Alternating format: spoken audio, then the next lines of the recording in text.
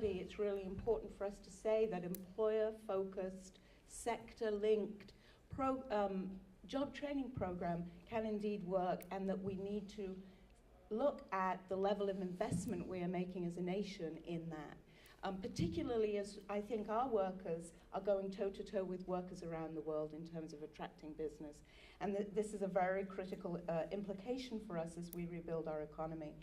I think each one of these organizations are very different. We have a nonprofit, we have a social venture that actually uses computers and recycling computers as a way of creating training opportunities, as well as helping other people get access to technology that they otherwise wouldn't have. We have a membership association that brings together union and employers to look at the skills they need. We have a range of different kinds of organizational types, if you like. They don't, kind of not a very nice word to call you an organizational type, but range of different organizational types pursuing different kinds of strategies. And so I think we're really concerned about how do you create the flexible guidelines that allow public funded workforce efforts to really be able to build on their strengths and at the same time move and shape and change as they need to and as the local employers' needs change. I think you've heard a great deal from our presenters already from Jerry and Earl and Plinio on this issue of there are so many funding streams. You have all the service-based funding streams, all with different outcomes and different databases and different measures and different systems. And then you have the population-specific funding streams.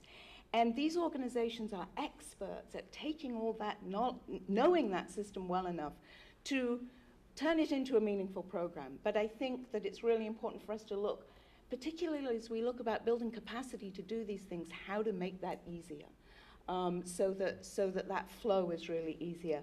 And then I think one of the things that's really striking about the study is when you look at those little graphs, you see that the impacts take time.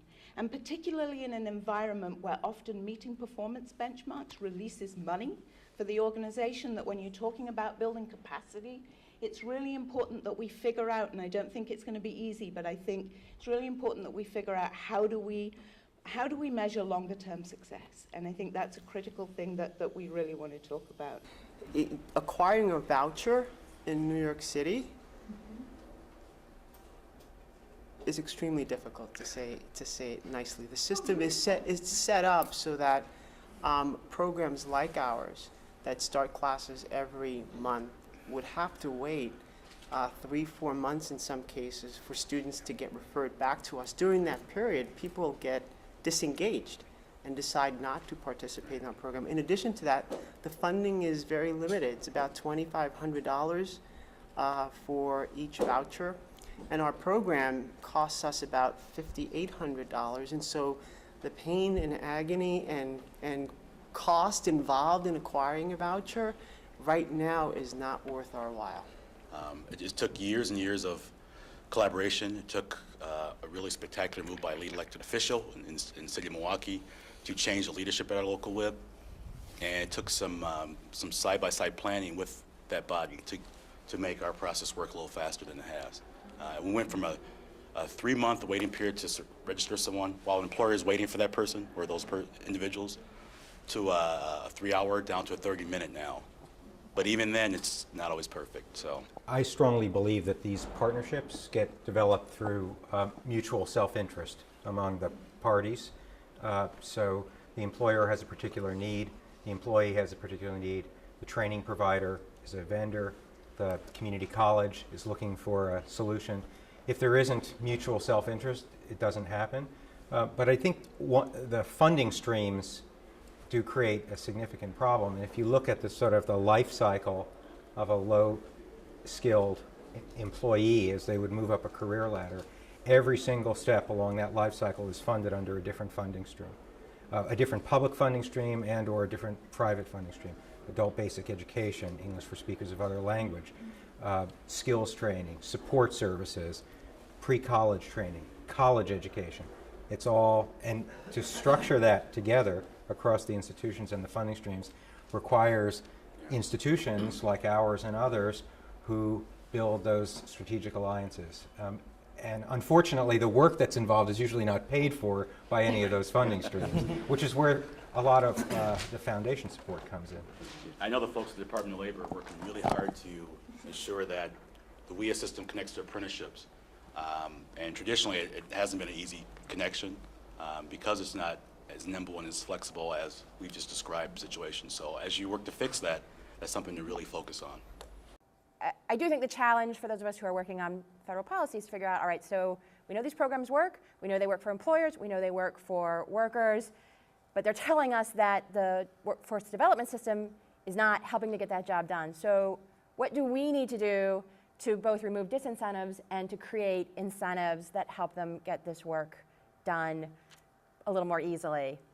I am extremely struck by the slides that we saw today.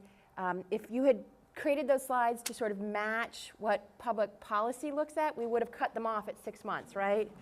That would have been, we could have just cut the whole, right end of the slide off and just done that. And what that would look like is actually, it would look like that the control groups were actually having better outcomes than the treatment groups. And that misses the whole story. I think it's been, it's important to emphasize that we're not talking about just getting a job, which is the model that most federal workforce policy focuses, or has traditionally focused on, is rapid attachment or rapid reattachment.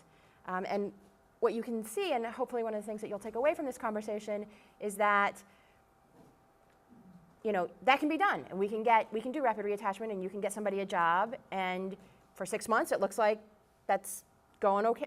They're doing pretty well. But what you miss when that's sort of where you stop the conversation is what happens going on, and where you really do see this sort of not just a job but a career trajectory start to play out in those later months after a year, going into 2 years.